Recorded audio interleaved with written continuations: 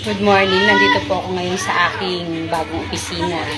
So, pasensya na po dahil bagong ano pa lang po ako.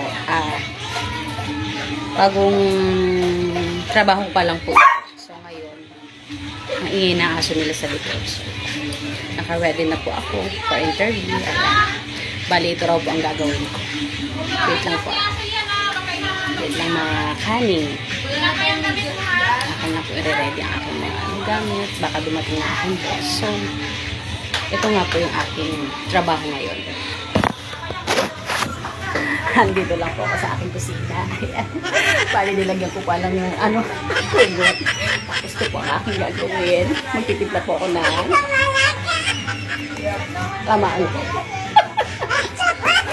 Ayan po ang aking mga gagawin. So, pagpiling-pilingan lang po ang kanin nyo. Ayan, para naman po may iba naman po ang ating mga content. Ayan po. Nagpiling-pilingan po ako nasa opisina. Bali, nilagyan ko lang po ng kumote. Magandang umaga mga kabing.